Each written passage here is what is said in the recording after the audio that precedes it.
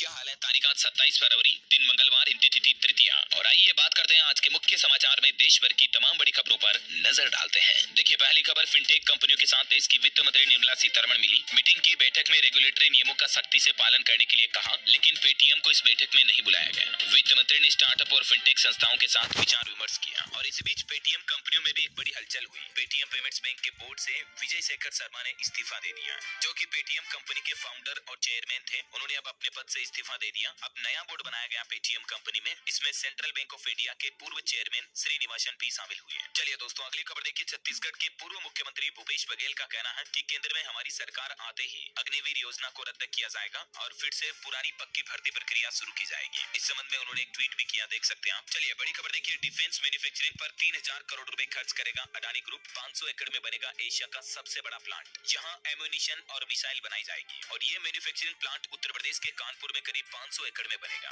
जहां Indian army से जुड़े कई सारे आर्म्ड फोर्सेज के हथियार भी बनाए जाएंगे। और इससे करीब 4000 लोगों को रोजगार मिलेगा। और दोस्तों, अडानी ग्रुप से जुड़ा एक और अपडेट आ रहा। अडानी ग्रुप जल्द ही कैब सर्विस भी शुरू करेगा। हाल ही में उबर के साथ एक पार्टनरशिप पर भी चर्चा की खबरें आई और जल्द ही अडानी और उबर की इलेक्ट्रिक कार भी आपको मार्केट में देखने मिलेगी। तो वहीं इधर देखिए आप, रिलायंस फाउंडेशन ने भी वंतारा प्रोग्राम की घोषणा की। बहुत ही शानदार पहल है। देश और विदेश में इस प्रोग्राम के जरिए जानवरों का बचाव, उपचार, देखभाल और पुनर्वास करना ये शामिल होगा। रिलायंस फाउंडेशन से जुड़ी वंतारा प्रोग्राम की ये कुछ तस्वीरें भी आप देख सकते हैं। ये जो दोस्तों, कंपनी जानवरों के हॉस्पिटल खोलेगी देश भर में, अलग अलग जगहों पर उनका उपचार, इलाज किया जाएगा। और वैसे जानवरों की बात हो ही नहीं तो इनसे जुड़ी एक सरकारी स्कीम भी देख लीजिए आप। घोड़ा, गधा, खच्चर, ऊंट पालने पर अब सरकार पैसे देगी। 10 करोड़ का लोन भी मिलेगा और 50 लाख की सब्सिडी भी मिलेगी। केंद्र सरकार की तरफ से ये जानवरों से जुड़े बिजनेस शुरू करने वाले लोगों और संगठनों को 50% तक सब्सिडी देने की घोषणा की है। अगर आप पशुपालन से जुड़ा कोई बिजनेस करना चाहते हैं तो ये खबर बहुत ही अच्छी है आपके लिए, क्योंकि हाल ही में केंद्र सरकार ने राष्ट्रीय पशुधन मिशन योजना में कुछ संशोधन यानी कि बदलाव किए हैं। खास करके ग्रामीण में रहने वाले लोग बाग इस स्कीम का फायदा उठा सकते हैं। 50% तक सब्सिडी मिलेगी इसमें। और इस स्कीम के तहत ग्रामीण लोग बाग क्या क्या काम कर सकते हैं, देख सकते हैं आप। इन फार्मों को पाल करके इनकी ब्रीडिंग, बढ़ोतरी पर काम कर सकते हैं। तो इस योजना का फायदा लेने के लिए आप राष्ट्रीय पशुधन मिशन योजना, ये इसका ऑफिशियल पोर्टल है, इस पर जाकर के ऑनलाइन अप्लाई भी कर सकते हैं। और यहाँ पीडीएफ में आपको ज्यादा जानकारी भी देखने को मिल जाएगी। चलिए दोस्तों, अगला अपडेट देखिए। चुनाव आयोग की तरफ से बहुत ही अच्छा फैसला लिया गया। आधार कार्ड नहीं होने के बावजूद भी वोट कर सकेंगे लोग बाग। लोकसभा चुनाव से पहले ईसीआई यानी कि इलेक्शन कमीशन ऑफ इंडिया की तरफ से यह आश्वासन दिया गया है कि आने वाले लोकसभा चुनाव में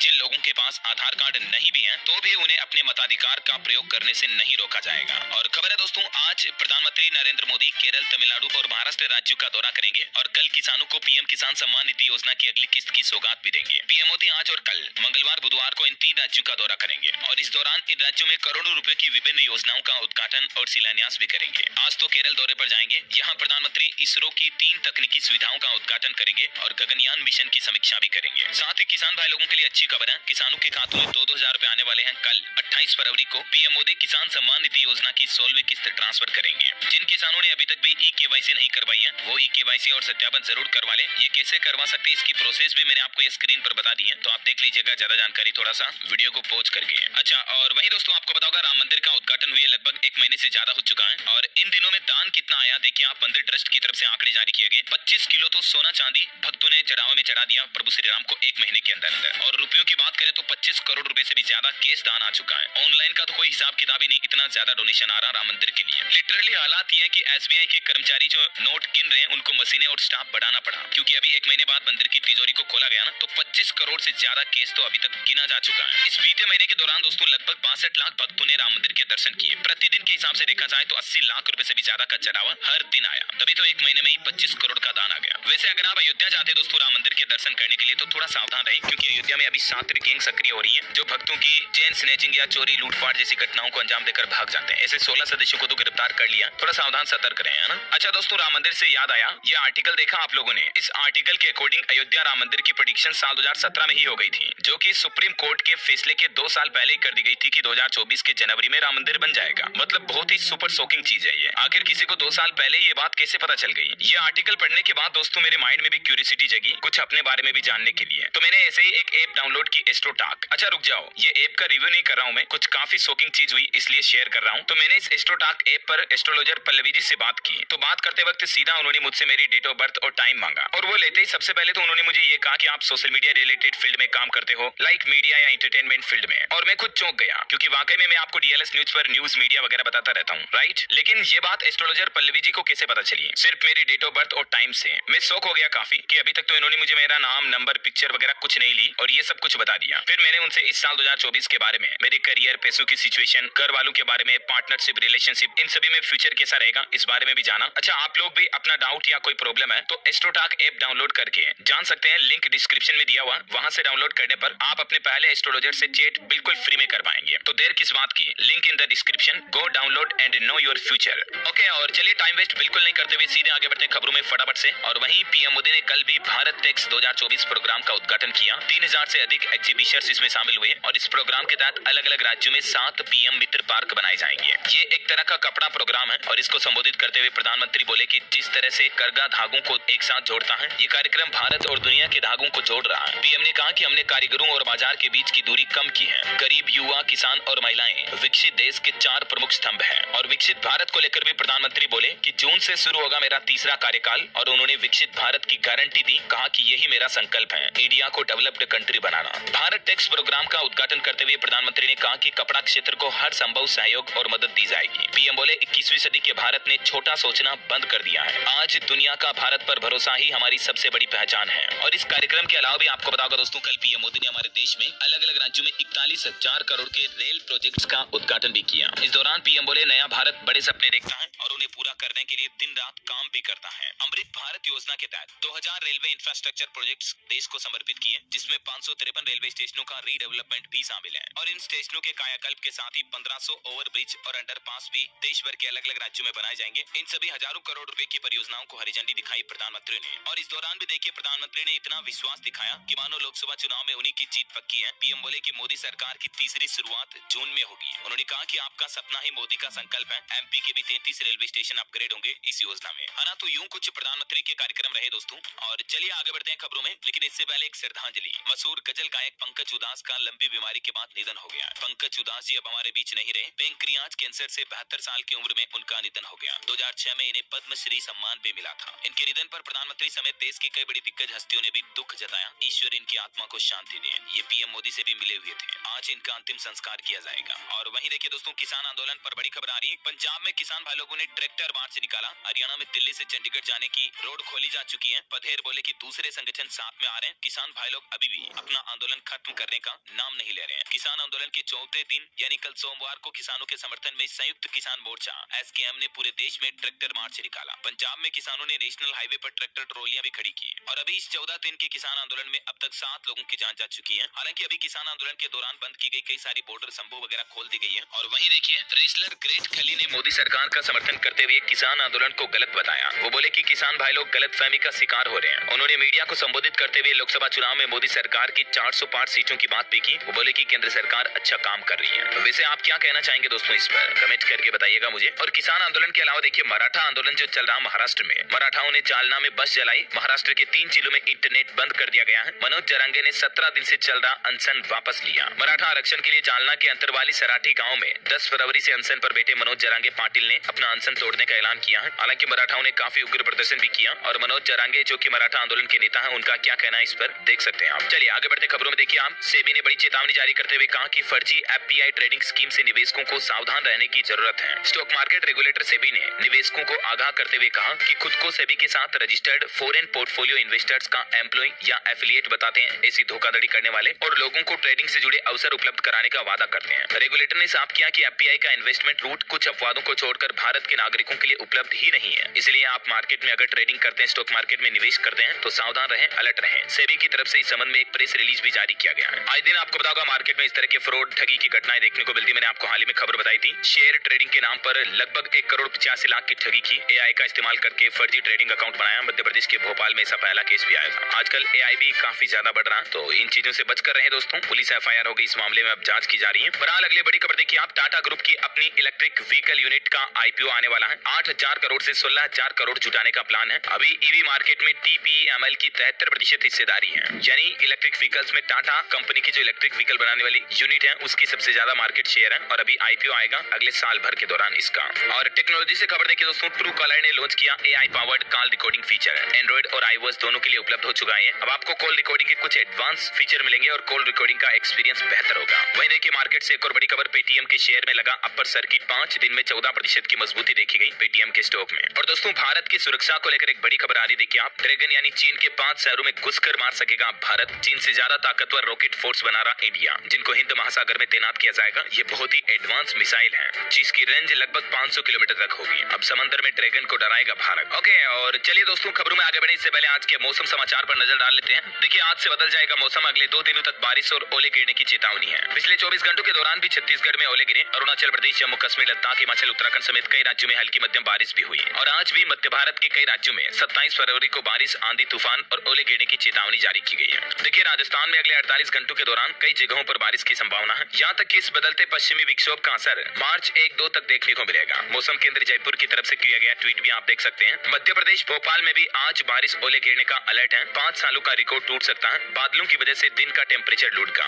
और देखिए, बिहार में भी 27-28 फरवरी को पटना में बारिश की संभावना। दक्षिण मध्य बिहार के कई जिलों में हल्की बारिश होगी। झारखंड के कई इलाकों में कल भी काले बादल छाए रहे। पाकुड़ में बारिश हुई। और आज 27 फरवरी के लिए भी कई जिलों में येलो अलर्ट है। स्काईमेट वेदर की रिपोर्ट के मुताबिक अगले 24 घंटों के दौरान मौसम की संभावित गतिविधियां क्या रह सकती हैं। 27, 28, 29 फरवरी तक का मौसम अपडेट आप ये स्क्रीन पर देख सकते हैं। ओके, और चलिए सराफा बाजार पर नजर डालते हैं। देखिए, आज के सोने चांदी के भाव कीमतों में तेजी देखी गई। सोना 62,244 रुपए प्रति 10 ग्राम पर पहुंच गया और चांदी भी 70,000 के करीब पहुंची। सोने में 236 रुपए की तेजी देखी गई, जबकि चांदी अभी 71,000 के लगभग आ चुकी है। इस महीने में काफी तगड़ी गिरावट आई चांदी में। ओके, और चलिए अभी तो कुछ और महत्वपूर्ण और काम की खबरें देखेंगे दोस्तों, लेकिन वीडियो में आगे बढ़ने इससे पहले आपसे एक छोटी सी गुजारिश है। अगर आपने DLS न्यूज चैनल को अभी तक भी सब्सक्राइब नहीं कर रखा ना, तो सब्सक्राइब करके बेल आइकन दबा दो। और इस वीडियो पर आपका दिल करे, मन करे तो एक छोटा सा प्यार भरा लाइक कर दिया करो यार, कंजूसी मत किया करो। रोज रोज आपको बोलना पड़ता, करते ही नहीं हो आप। ओके, तो लाइक कर दो, शेयर कर दो, कमेंट कर दो और चैनल को सब्सक्राइब कर दो। चलिए, टाइम वेस्ट बिल्कुल भी नहीं करेंगे। मैं आपका एक सेकंड भी बर्बाद नहीं करना चाहता हूँ। सीधे आगे बढ़ते खबरों में देखिए आप। उत्तर प्रदेश के वाराणसी ज्ञानव्यापी व्यास तहखाने में हिंदुओं के लिए पूजा पर रोक नहीं लगेगी। इलाहाबाद हाईकोर्ट ने मुस्लिम पक्ष की आपत्ति वाली याचिका को खारिज कर दिया। 31 जनवरी को पूजा शुरू हुई थी, आपको पता होगा यहाँ, और हिंदुओं के पक्ष में एक और ये फैसला आया है। ओके, बड़ी खबर देखिए, पीली मटर के आयात पर सरकार का बड़ा फैसला। तत्काल प्रभाव से ये फैसला लागू होगा। और इस फैसले में वाणिज्य मंत्रालय का कहना है कि आयात निगरानी प्रणाली के तहत रजिस्ट्रेशन के बाद ही पीली मटर के आयात की तत्काल प्रभाव से मंजूरी मिलेगी। ये मंजूरी उन खेपों के लिए है जिन्हें 30 अप्रैल या उससे पहले जहाज पर लदान से जुड़े बिल जारी किए गए हैं। दालों की कीमतों को नियंत्रित करने के लिए ही सरकार ने आदेश जारी किया है। और वहीं देखिए, बड़ी खबर, एलन मस्क ने माइक्रोसॉफ्ट अकाउंट को प्राइवेसी के लिए खतरा और चिंताजनक बताते हुए बोले कि अकाउंट बनाने का मतलब आपके कंप्यूटर का एक्सेस उसके AI को देना है। मोबाइल फोन लॉन्चिंग पर अपडेट देखिए। Vivo V30 स्मार्टफोन सीरीज 7 मार्च को लॉन्च होगी। इसमें 5000 mAh बैटरी और 50 मेगापिक्सल का ट्रिपल कैमरा मिलेगा। अनुमानित कीमत इसकी 30-32 हजार रुपए तक रह सकती है। और वहीं देखिए दोस्तों, एक बड़ी शर्मनाक वीडियो सोशल मीडिया पर वायरल हो रहा। बेंगलुरु मेट्रो के स्टेशन पर देखिए, अधिकारियों ने एक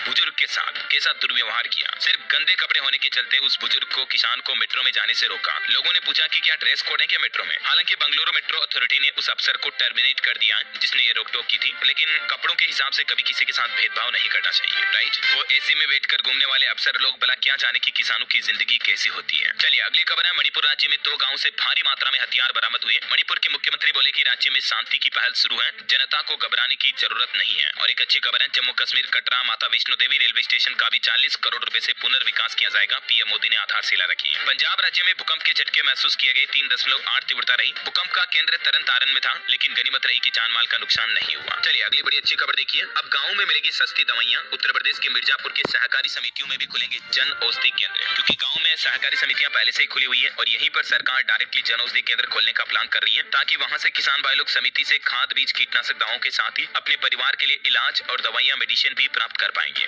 और इससे ग्रामीणों को बाजार से 50 से 90% तक सस्ती दवाइयाँ मिल पाएंगी। ये वाकई में उत्तर प्रदेश की योगी सरकार की बहुत ही अच्छी पहल है। ये पहल धीरे धीरे पूरे प्रदेश के सभी जिलों में शुरू की जाएगी। और मैं तो कहता हूँ देश भर के सभी राज्यों में ये पहल होनी चाहिए। वैसे मुख्यमंत्री योगी आदित्यनाथ के निर्देश के बाद देखिए, LDA ने भी एक बड़ा फैसला लिया। अब गाँव में अवैध प्लॉटिंग बंद होगी। LDA यानी कि लखनऊ इंडस्ट्रियल डेवलपमेंट एरिया की तरफ से अब 45 गाँव भी LDA में शामिल हो जाएंगे और अवैध प्लॉटिंग को बंद किया जाएगा। जिला पंचायत की मनमानी पर भी रोक लगेगी। चलिए बड़ी खबर देखिए, छत्तीसगढ़ सरकार का बड़ा फैसला। अब साल में 2 बार होगी 10वीं 12वीं की बोर्ड परीक्षाएं, और इस संबंध में आदेश भी जारी हो चुका है। अगले सत्र से ही बोर्ड परीक्षाओं को लेकर ये नया सिस्टम शुरू होगा। नीट स्टूडेंट के लिए भी एक बड़ा अपडेट आ रहा है। NTA ने बदल दिए टाई ब्रेकिंग के नियम। रजिस्ट्रेशन अभी चल रहा है और ये टाई ब्रेकिंग का नियम क्या है, इसकी ज्यादा इन्फॉर्मेशन भी आप स्क्रीन पर देख सकते हैं। ओके, चलिए अगला अपडेट है। अब हिंदी में प्रबंधन का ककहरा सिखाएगा IIM इंदौर। पाठ्यक्रम के लिए चल रही प्रवेश प्रक्रिया और भी डिटेल आप देख सकते हैं। कुछ और एजुकेशनल खबरें मैं आपको आगे बताऊंगा। फिलहाल देखिए अगली बड़ी खबर। मुख्यमंत्री योगी आदित्यनाथ का कहना है कि यूपी में अब तमंचे नहीं लहराए जाते, बल्कि युवाओं के हाथों में मोबाइल टैबलेट है, ताकि वो टेक्नोलॉजी सीख सके।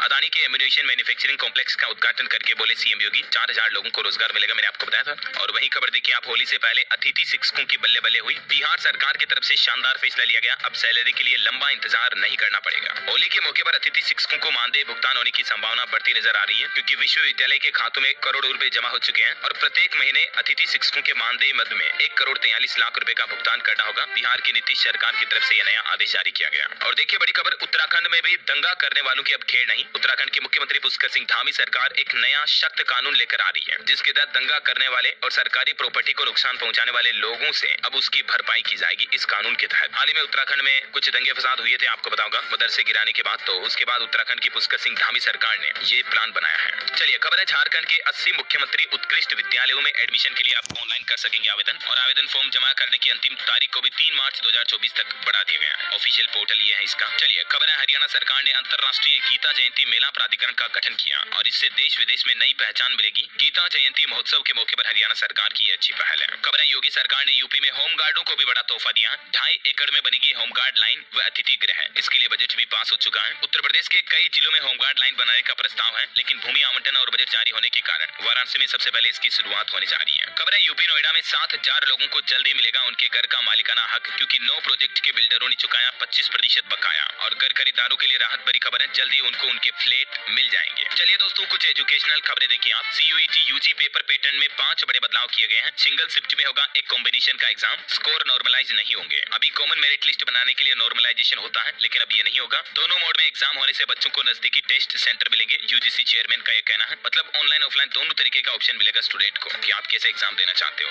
और नंबर ऑफ एप्लीकेशन के हिसाब से तय होगा एग्जाम का मोड। 10 की जगह अब मैक्सिमम 6 सब्जेक्ट्स में एग्जाम दे सकेंगे और एग्जाम में मॉडरेट डिफिकल्टी लेवल के सवाल आएंगे। तो ये कुछ CUET UG देश का दूसरा सबसे बड़ा एंट्रेंस एग्जाम है नीट के बाद, इसमें ये बड़े बदलाव लागू होने जा रहे हैं। ओके, और वहीं देखिए एजुकेशन पर एक और अच्छी खबर सरकारी नौकरियों से जुड़ी। नर्सिंग ऑफिसर के 535 पदों पर नौकरी निकली हुई है उत्तर प्रदेश में। ग्रेजुएट्स के लिए सब इंस्पेक्टर की नौकरी भी है और ये नर्सिंग ऑफिसर की नौकरी की डिटेल्स आप देख सकते हैं। लास्ट डेट इसकी 14 मार्च है, 23 तारीख से इसके आवेदन शुरू हो चुके हैं। और आने वाले कई राज्यों के बोर्ड एग्जाम को लेकर भी सरकार का कहना है कि बोर्ड परीक्षाओं के दौरान लापरवाही न करें। फिट रहने के लिए संतुलित आहार के साथ अच्छे से 7-8 घंटे नींद जरूर लें। स्टूडेंट युवा जो डिप्रेशन, तनाव, टेंशन में ना जाएं, अपने बोर्ड एग्जाम को रिलैक्स मोड में होकर दें ताकि आप बेहतर परफॉर्म कर पाएंगे। और एक खबर है, ISC बोर्ड में केमिस्ट्री का पेपर लीक हुआ तो इसकी परीक्षा स्थगित की गई है। CISE बोर्ड ने 12वीं कक्षा की रसायन विज्ञान की परीक्षा को स्थगित कर दिया। अब 21 मार्च को होगा इसका पेपर, बाकी कल होना था। और देखिए पंजाब यूनिवर्सिटी में अब QR कोड स्कैन से मिलेगी एंट्री। गेट नंबर 1 से होगा प्रवेश। फाइनेंस की बैठक में रखा जाएगा बजट भी। चलिए एजुकेशन के बाद कुछ और खबरें देख लेते हैं फटाफट से। देखिए छत्तीसगढ़ के मुख्यमंत्री विष्णुदेव साय ने मीशा बंदियों को पेंशन देने की घोषणा की, जबकि इससे पहले वाली कांग्रेस सरकार ने इस पर रोक लगा दी थी। संगठन बोला कि हमारी शराब से भूपेश सरकार का पतन होगा। और खबर है, छत्तीसगढ़ में 2700 करोड़ के रेल प्रोजेक्ट का शिलान्यास भी किया PM मोदी ने। बिलासपुर जोन के 27 स्टेशनों का रिनोवेशन यानी कि डेवलपमेंट किया जाएगा। उत्तर प्रदेश के स्वास्थ्य विभाग में अब AI का इस्तेमाल होगा। IIT कानपुर, SBI और FICCI के साथ एक MOU साइन हुआ और ये तीनों मिलकर अब हेल्थ सेक्टर में आर्टिफिशियल इंटेलिजेंस को बढ़ावा देगी, जिससे मरीजों को कई फायदे मिलेंगे। और वहीं देखिए उत्तर प्रदेश में कैबिनेट मंत्री AK शर्मा ने परियोजनाओं का शिलान्यास किया। मऊ रेलवे स्टेशन का 52 करोड़ रुपए में विकास होगा और 11 रेलवे अंडर ब्रिज भी बनाए जाएंगे। बड़ी खबर देखिए, बिहार में राशन कार्ड धारकों को 5 लाख रुपए तक का मुफ्त इलाज मिलेगा। आयुष्मान योजना के साथ अब मुख्यमंत्री आरोग्य योजना का भी लाभ मिलेगा राशन कार्ड धारकों को। इच्छुक लोगों को इसका फायदा होगा, ये कहना बिहार की नीतीश सरकार का। और बिहार के शिक्षा विभाग में देखिए KK पाठक ने नियोजित शिक्षकों को भी बड़ी खुशखबरी दी है। 18 जिलों के टीचरों के वेतन भुगतान के लिए राशि जारी कर दी है। मैंने आपको बताया था ना, अतिथि टीचर्स के लिए ये शानदार फैसला लिया है बिहार सरकार ने। लगभग 111 करोड़ रुपए से भी ज्यादा की धनराशि फिलहाल जारी हो चुकी है और जिससे किन किन राज्यों के शिक्षकों को फायदा मिलेगा देख सकते हैं आप। बिहार में भी प्रधानमंत्री ने 554 रेलवे योजनाओं का शुभारंभ और शिलान्यास किया। वीडियो कॉन्फ्रेंसिंग के जरिए मुख्यमंत्री नीतीश कुमार और PM मोदी जुड़े। ऐसे ही गुजरात में भी अमृत भारत स्टेशन योजना के तहत PM ने सूरत के सचिन, दहेस्तान समेत देश के 553 रेलवे स्टेशनों के पुनर्विकास का शिलान्यास किया था। कल ही मैंने आपको बताया था ना। और खबर देखिए, Indian coast guard permanent commission case को लेकर सुप्रीम कोर्ट ने केंद्र सरकार को चेतावनी दी। कहा कि महिलाओं को इससे बाहर नहीं रख सकते हैं, अगर आप उन्हें परमानेंट नहीं करेंगे तो फिर हम करेंगे। और खेल जगत से जुड़ी खबर देखिए दोस्तों, रोहित शर्मा का कहना है कि खिलाड़ियों के लिए उन्होंने कहा टेस्ट क्रिकेट में उन्हीं को मौका मिलेगा जो कामयाबी की भूख दिखाएंगे। खबर है, विदेश मंत्रालय बोला रूस यूक्रेन जंग से कई भारतीयों को बचाया गया। रूसी आर्मी ने रिलीव किया, इन्हें धोखे से ले जाया गया। एक व्यक्ति की मौत भी हुई। कुछ और अंतर्राष्ट्रीय न्यूज अपडेट देखिए, फिलिस्तीन में PM समेत पूरे मंत्रिमंडल ने इस्तीफा दिया। कहा कि गाजा में लोग भूखे मर रहे हैं। मीडिया रिपोर्ट्स में दावा किया जा रहा है कि इस्तीफे की वजह अमेरिकी दबाव बनाया है। बहरहाल जो भी हो, फिलिस्तीनी प्रधानमंत्री मोहम्मद सताइये ने अपनी पूरी सरकार के साथ ये इस्तीफा दे दिया है। और खबर है, भारतीय रिजर्व बैंक RBI ने SBI पर 2 करोड़ का जुर्माना लगाया। केनरा बैंक और सिटी यूनियन बैंक पर भी जुर्माना लगा, बैंकिंग रेगुलेटरी नियमों का उल्लंघन करने के चलते। और टेक्नोलॉजी से जुड़ा एक अपडेट देखिए दोस्तों, इमोजी नहीं बल्कि जल्दी ऑडियो म्यूजिक लेकर आ रहा गूगल। मतलब इमोजी एनिमेशन के साथ ऑडियो भी चलेगा प्लेबैक में। ये फीचर मिलेगा जल्दी आपको। और चलिए अंत में आज के राशिफल पर नजर डालते हैं। देखिए कन्या राशि वालों का